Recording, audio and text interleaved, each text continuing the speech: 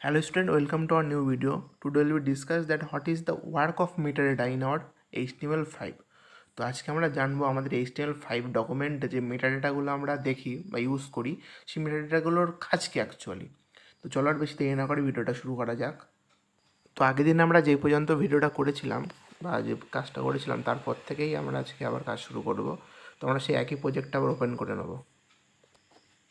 এইবার আমরা আজকে জানবো যে এই যে বয়লার প্লেটের ডক টাইপ HTML লেখা আছে, LAN লেখা আছে, এটার মধ্যে এই মেটা ট্যাগগুলো আছে, এইগুলোর অ্যাকচুয়ালি কাজটা কি।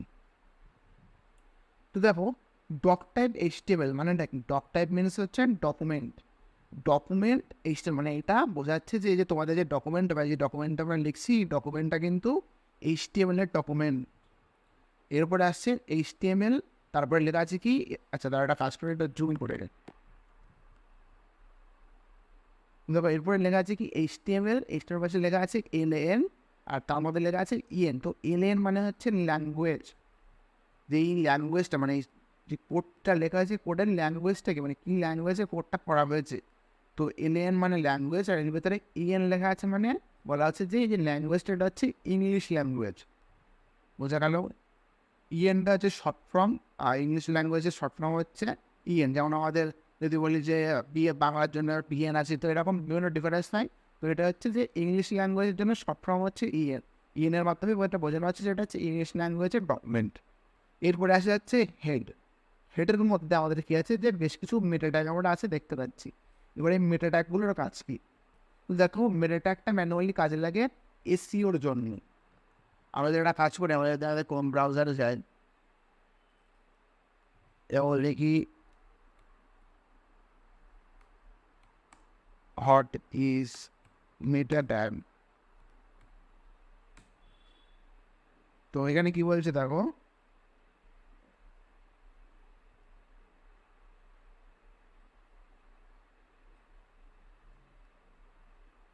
তো এখানে কি বলছে যে মেটা এলিমেন্টস আর tags used in HTML and XHTML document to provide a structured metadata about a web page.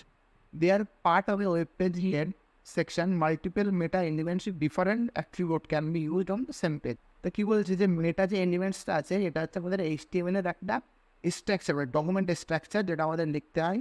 এরপরে যে মেটাডাটা কি করে, মেটাডাটা আমাদের ওয়েব পেজের সমস্ত ইনফরমেশনগুলো বলছে কি যে to provide structure metadata about a web page, মানে আমাদের ওয়েব পেজে যে ইনফরমেশনগুলো হয় সেই জিনিসগুলো এই মেটাডাটার মাধ্যমে কে প্রোভাইড করা হয়, মানে ওয়েবসাইট আর ওয়েব ব্রাউজারের কাছে প্রোভাইড করা হয়।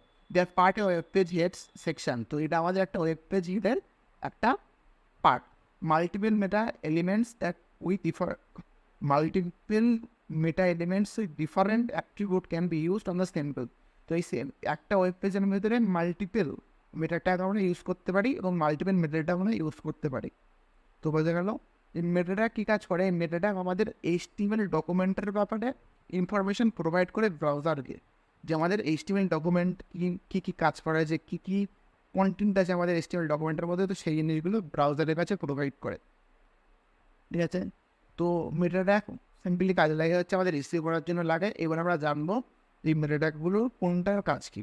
দেখো এখানে আছে ক্যারেক্টার সেট UTF-8, মানে হচ্ছে এখানে বলতে চাইছি যে ক্যারেক্টার সেটের UTF-8 ইউজ করা হয়েছে। তো এটা এখন মানে তোমাদের খুব বেশি মানে দেখার দরকার নেই যে কী করে কী ক্যারেক্টার সেট কী কাজ। তো এটা বলতে গেলে এখানে একটা অনেক বড় ভিডিও হয়ে যাবে। তো তোমাদের যে জিনিসগুলো দরকার আমরা শুধু সেই জিনিসগুলো জানবো। ঠিক আছে, তো দেখো এখানে বলছে যে নেক্সট লাইনে চলে আসছে, এখানে বলছে যে মেটা নেম ভিউবোর্ড। তো এটা অ্যাকচুয়ালি আমাদের ভিউবোর্ডকে বলা আছে, যে ওই জেনে না থাকো যে ভিউবোর্ডটা কী, তাহলে আমি বলে দেই। আমাদের এই যে কোনো ওয়েবসাইট খোলার পরে সাপোজ আমি বললাম যে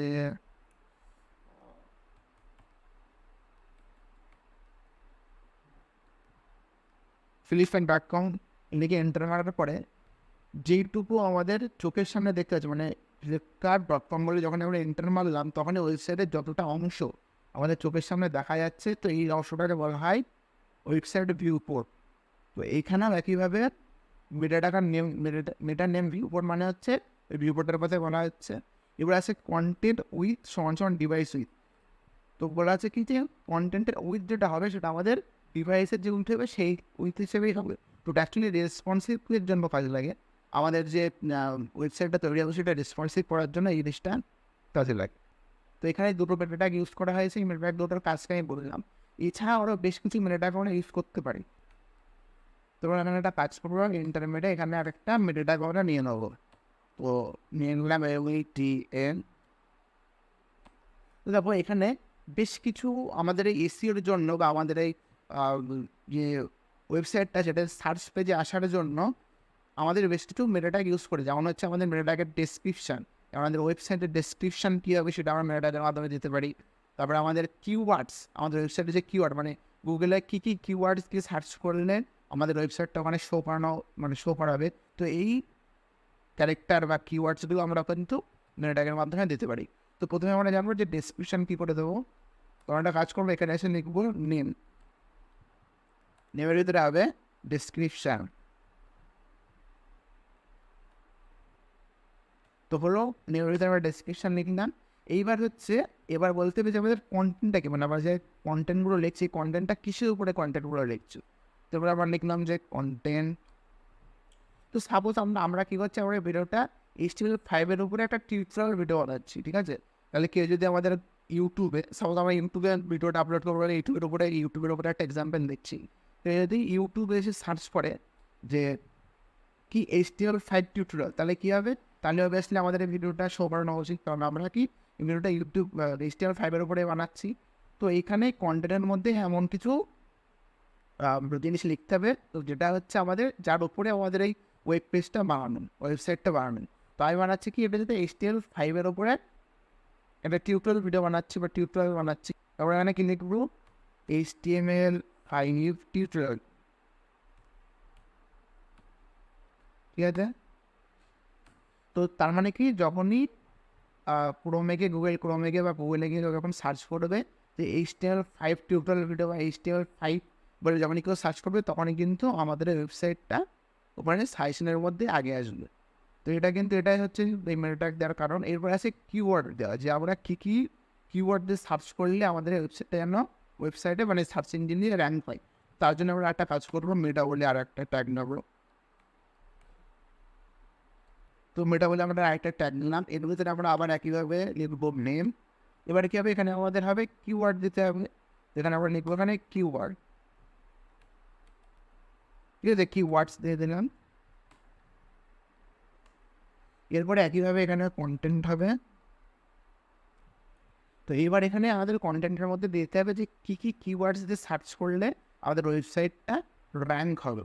তো সাপোজ আমরা HTML5 উপরে ভিডিও বানাচ্ছি, তো আমরা দেবো প্রথমে HTML5, HTML, আর কি দেওয়া যেতে পারে, what is the difference between HTML, difference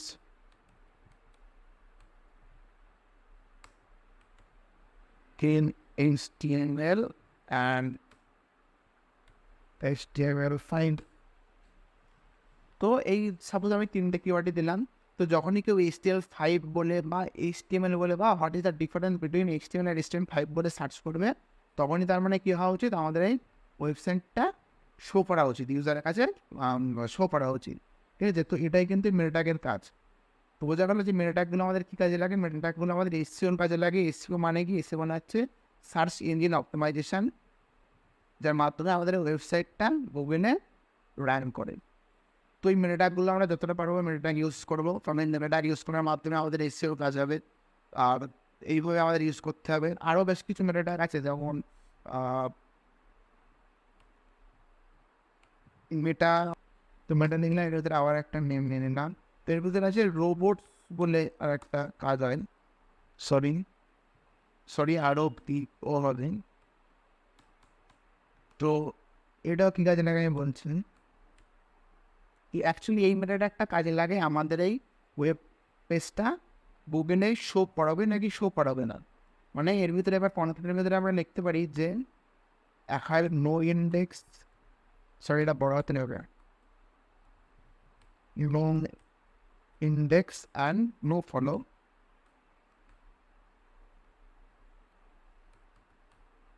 তো এটা করলে কী হবে, আমাদের এই ওয়েব পেজটা গুগল রোবটস মানে কী আছে, মানে তুমি এআইয়ের কথা বুঝতে পারো, যে এআইকে ভাবতে পারো যে রোবটস মানে এআইকে বোঝানো হচ্ছে।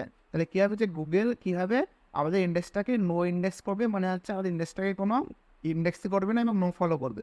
মানে কেউ যদি আমাদের হচ্ছে মানে কিওয়ার্ডসগুলোতে সার্চও করে, তাহলে কী হবে, এই জিনিসগুলো মানে ওয়েবসাইটটা আমাদের ইউজারের কাছে আসবে না, মানে ইন্ডেক্সই করবে না।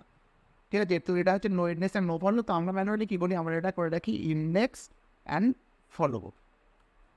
তাহলে কী হয়, তার মানে হচ্ছে গুগলের রোবটস মানে এআই তাহলে কী করে, আমাদের এই ওয়েব পেজটা ইন্ডেক্স করে এবং ফলো করে রাখবে। তো কী হয়, তোমার যদি দরকার পড়ে যে এমন একটা ওয়েবসাইট তৈরি করছে এটা আমাদের ইন্ডেক্স কোনো দরকার নেই, সেক্ষেত্রে তোমার নো ইন্ডেক্স করে রাখতে পারো, নো ফলো করে রাখতে পারো, যদি আমার মনে হয় যেরকম করবে কেউই করতে চাইবে না।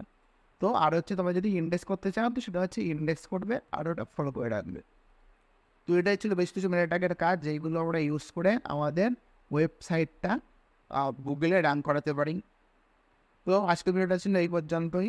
আজকের ভিডিওতে আমরা জানলাম বেশ কিছু মেটাট্যাগের কাজ জানলাম, আমাদের এসইওর ক্ষেত্রে কীভাবে আমাদের ওয়েবসাইটটা এসইওর ক্ষেত্রে সাহায্য করতে পারে বা গুগলে রান করানো যেতে পারে আমাদের ওয়েবসাইটটা, সেটা আমরা আজকে জানলাম। তো এই ভিডিওটা ভালো লেগে থাকলে অবশ্যই তোমরা একটা লাইক করো, কমেন্ট করো, আর কোনো জিজ্ঞাসা থাকলে তোমরা কমেন্ট করে জানাতে পারো, আমরা অবশ্যই তোমাদের রিপ্লাই দেবো। এই জন্য আজকের ভিডিওটা এই পর্যন্ত, দেখা হচ্ছে নতুন ভিডিওতে। Good bye.